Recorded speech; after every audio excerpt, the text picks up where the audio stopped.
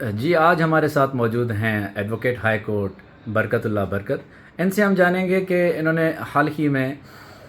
Immigration ordinance act 1979 کے تحت post arrest بیل کروائی ہے، کنفرم کروائی ہے. تو اس میں کون سے گراؤنڈس برکت صاحب نے لیے وہ ہم برکت صاحب سے پوچھیں گے. جی جناب. بہت شکریہ جناب صدر صاحب اپنا قیمتی وقت دینے کے لیے. جناب جو میں نے ایک بیل ہوئی ہے ریسنٹلی اسپیشل کورٹ جو ہے وہ ایف آئی اے امیگریشن آرڈیننس 1979 کے تحت ملزم جو ہے وہ نامینیٹڈ تھا ایف آئی آر میں، جن کا نام محمد یاسر ہے. ریسنٹلی آج 2 دن ہوئے ان کی بیل کنفرم ہوئی ہے.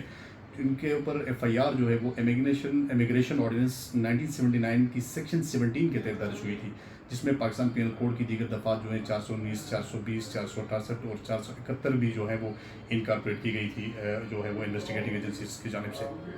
سو اس میں جو گراؤنڈز لی ہیں، کیونکہ انہوں نے چیٹنگ بائی پرسونیشن جو ہے جو کہ سیکشن 419 میں دی گئی ہے کہ جب کوئی شخص بے روپیہ بن کر کسی شخص کو دھوکہ دیتا ہے، یعنی کسی اور شخص کا روپ دھار کر کسی شخص کو جھانسا دینا، دھوکہ دہی کرنا، یعنی خود کو کسی اور شخص کی جگہ میں ریپرزینٹ کر کے جب کوئی شخص دوسرے شخص کو دھوکہ دیتا ہے، جیسے کہ لیٹ سپوز آپ بینک میں جاتے ہیں کسی مینیجر سے ملنے کے لیے، اور وہ کوئی اور شخص آپ کو ویٹر وہاں پہ ملتا ہے، وہ کہتا ہے جی میں ہی مینیجر ہوں، تو یہ چیٹنگ بائی پرسونیشن ہے. اس کی جو ڈیفینیشن ہے وہ بیسیکلی اس میں جو 419 میں سزا دی گئی ہے، اور 420 میں جو ہے نا اس کی جو ڈیفینیشن دی گئی ہے.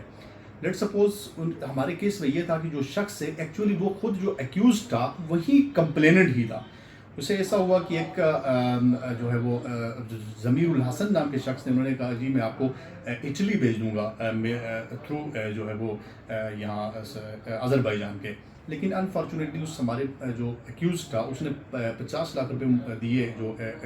ویزا کنسلٹنٹ تھا، جو جسے آپ ایجنٹ بھی کہہ سکتے ہیں. انہوں نے کیا کیا کہ ان کا پاسپورٹ لیگلی پاکستان کا اوریجنل پاسپورٹ جاری کیا، اور ایئرپورٹ میں ایسا ہوتا ہے کہ ایک وشما راتھور نام کی جو ہے عورت اپنا جو بورڈنگ پاس ہے وہ اس کو ہینڈ اوور کرتی ہے اس ایکیوزڈ محمد یاسر کے، اور وہ ٹریول کرتا ہے پاکستان سے آذربائیجان. وہاں سے وہ میلان ایئرپورٹ کے لیے جب نکلنے کی کوشش کرتا ہے، وہاں سے ٹریول کرنے کی کوشش کرتا ہے اٹلی کے لیے، تو وہاں کی جو امیگریشن آفیشیلز ہیں وہ انہیں انٹرسیپٹ کر کے جو ہے نا وہ ڈیپورٹ کر کے پاکستان واپس بھیجتے ہیں. سو جو پاکستانی ایجنسیز ہیں اسے ایویڈنس کلیکٹ کرنے کے بعد، پروو کرنے کے بعد ان کے اوپر یہ ایف آئی آر لانچ ہوتی ہے 419، 420، 468، 471 اور امیگریشن آرڈیننس 1979. اب ایکچولی یہ جو ایف آئی اے میں جو ہے ایف آئی آر کے اوپر جو امیگریشن آفیشیلز ہیں وہ اس چیز کو انکارپوریٹ کرتے ہیں، اس کو ایڈمٹ کرتے ہیں کہ the Vishma Rathore she is handed over her boarding pass to the accused person Muhammad Yasir. So admittedly جو ڈاکیومنٹ ہے وہ یہ سمجھنے کہ 468 کی حد تک ہمارے ملزم کو اٹیک نہیں کرتا، کیونکہ 468 یہ ہوتا ہے کہ using as genuine as forge document. For example a person used a forged document for in future for the purpose of cheating, for the purpose of cheating another person by using a forged document, punished with imprisonment for a term which may extend to 7 years and liable to be fined. جو document وشما راتھور نے ہمارے accused کو hand over کیا، so it means کہ یہ جو document ہے ہمارے بندے نے اسے پریپیئر نہیں کیا. تو اس لیے کہ جب کوئی شخص 468 جو ہے وہ یہ ہوتی ہے کہ کوئی cheating cheating for the purpose of using forged document, یعنی کہ جب کوئی شخص کوئی فیک ڈاکومنٹیشن تیار کرتا ہے، لیٹ سپوز کسی کا فیک وکالنامہ تیار کرتا ہے، کورٹ کا فیک آرڈر بندہ بناتا ہے، کوئی فیک اسٹامپ بناتا ہے،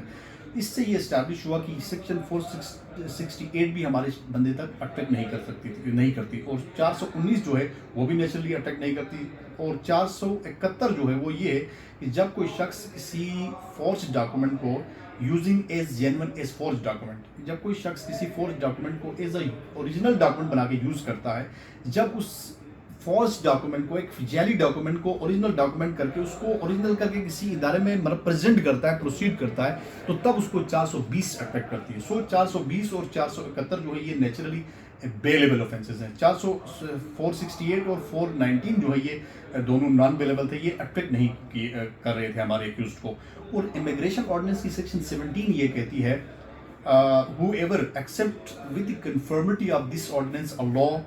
instigate to departs or immigrates or attempting to immigrates or departs any person from country to abroad or any other country, so is liable to fine as well as punishment for 5 years. یعنی کہ جب کوئی شخص سوائے ان اشخاص کے جو کہ licence یافتہ ہوتے ہیں امیگریشن آرڈیننس کے تھرو، یعنی ان کے پاس لائسنس ہوتا ہے، ان کے پاس یہ اختیار ہوتا ہے کہ وہ اس جورسڈکشن میں بیٹھ کے کسی شخص کو جو ہے نا وہ ویزا کا پروسیس کروا سکتے ہیں ایز اے کنسلٹنٹ، یا اسے ویزا جاری کرنے میں ان کی امداد کرتے ہیں، یا اسے باہر بھیجنے میں معاونت کرتے ہیں، اس کو سفر کرنے میں معاونت کرنے ہیں. تو سیکشن 17 اس کو اٹیک کرتی ہے. کیونکہ میرا جو اکیوز تھا ایکچولی وہ خود کمپلیننٹ تھا، اس نے 50 لاکھ روپے ایجنٹ کو دے کے جو ہے وہ باہر جانے کی کوشش کر رہا تھا. تو سیکشن 17 بھی ہمارے جو ہے یاسر محمود کو اٹیک نہیں کر رہی تھی. سو اس لیے ان کو honourable special court immigration ordinance 1979 کے تحت ان کی جو ہے نا پوسٹرس بیل کنفرم ہوئی. اس میں ہماری معاونت کی شوکت بلال صاحب نے، اسپیشلی صدر صاحب نے اور ارسلان صاحب نے. بہت بہت شکریہ. تھینک یو ویری مچ برکت اللہ صاحب، آپ نے بہت اچھی انفارمیشن ہمارے ساتھ شیئر کی. Thank you very much.